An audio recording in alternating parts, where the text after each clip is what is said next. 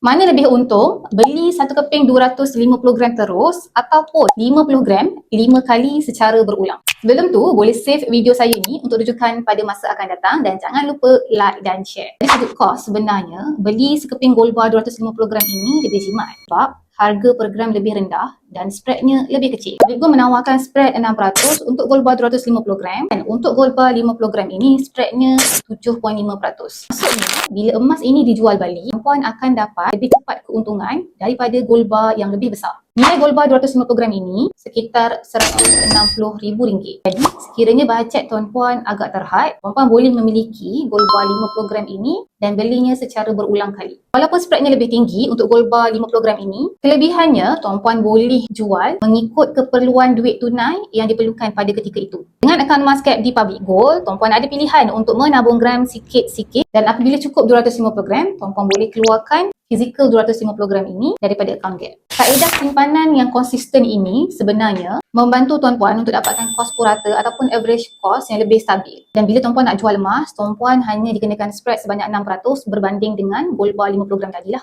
Jadi mana yang lebih untung sebenarnya? Berbalik kepada kemampuan kewangan kita. Beli sekaligus memang nampak untung, tapi kita kena keluarkan modal yang besar. Menabung sikit-sikit dalam akaun Gap pula memang nampak agak lambat, tapi kita menggunakan modal yang sikit dan tak akan rugi bila kita menabung secara konsisten. Jadi untuk dapatkan emas mengikut bajet tuan-puan, tuan-puan boleh terus isi borang sign up di bio dan saya akan hubungi tuan-puan untuk bimbingan yang selanjutnya.